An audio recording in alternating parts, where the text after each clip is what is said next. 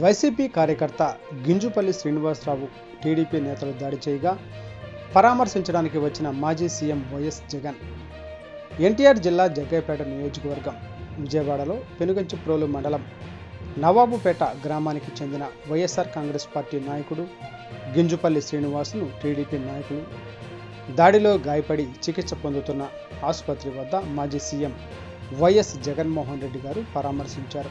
అనంతరం మీడియాతో మాట్లాడారు.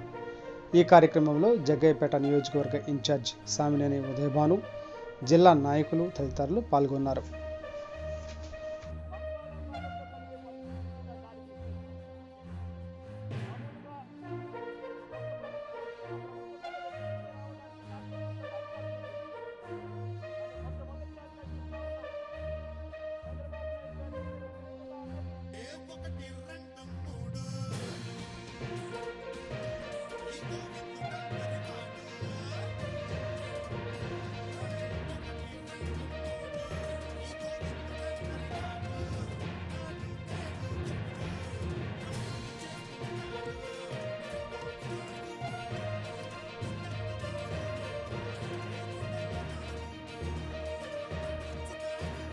ప్రజలేమన్నా భయపడతారనుకుంటున్నారా? ఎవరు భయపడరు. ఇది ఇంకా కోపంగా మారుతుంది. ఇది ఇంకా కోపంగా మారి చంద్రబాబు నాయుడు గారిని, తెలుగుదేశం పార్టీని రెండింటినీ కూడా బంగాళాఖాతంలో కలిపే పరిస్థితులు కూడా దారితీస్తాయి. మామూలుగా కొత్త ప్రభుత్వం వస్తే ఆ ప్రభుత్వం మీద వ్యతిరేకత రావడానికి కాస్త కూస్త టైం పడుతుంది. కానీ మొట్టమొదటిసారిగా చూస్తూ ఉన్నాం, చంద్రబాబు నాయుడు గారి మీద వ్యతిరేకత అన్నది చాలా ఫాస్ట్గా పెరిగిపోతూ ఉంది.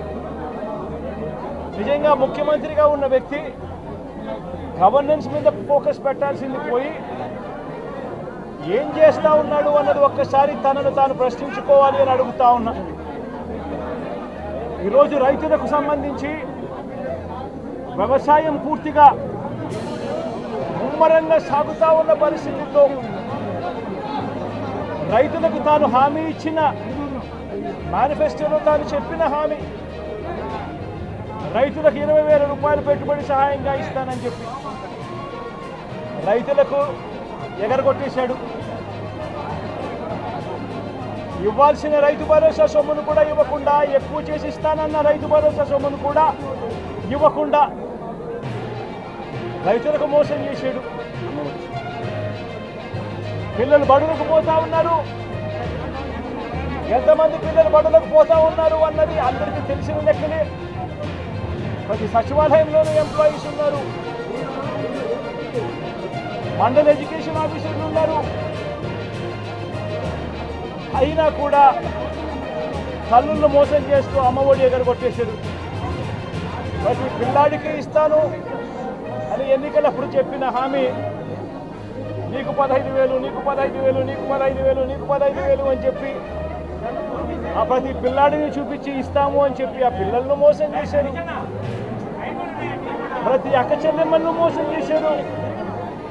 తల్లులకు అమ్మఒడి ఇస్తామని తల్లుల దగ్గర నుంచి మొదలెడితే ప్రతి తల్లికి 18 సంవత్సరాలు నిండిన ప్రతి అమ్మాయికి, ప్రతి అక్కకు, ప్రతి చెల్లెమ్మకు నెలకు 1,500 రూపాయలు ఇస్తామని చెప్పి వాళ్ళను మోసం చేశారు. ఈరోజు ఫీజు రీఇంబర్స్మెంట్ తీసుకుంటా ఉన్న పిల్లలు జనవరి, ఫిబ్రవరి, మార్చ్ క్వార్టర్ ఫీజులు రాలా. ఏప్రిల్, మే, జూన్ ఫీజులు, రెండో క్వార్టర్ కూడా ఫీజులు రాలా.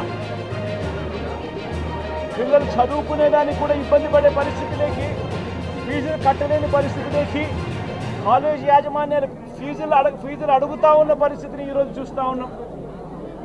పిల్లలకు వసతి దీవెన ఎగరగొట్టేశారు. అక్క చెల్లెమ్మలకు 0 వడ్డీ కూడా రావాల్సిన 0 వడ్డీ కూడా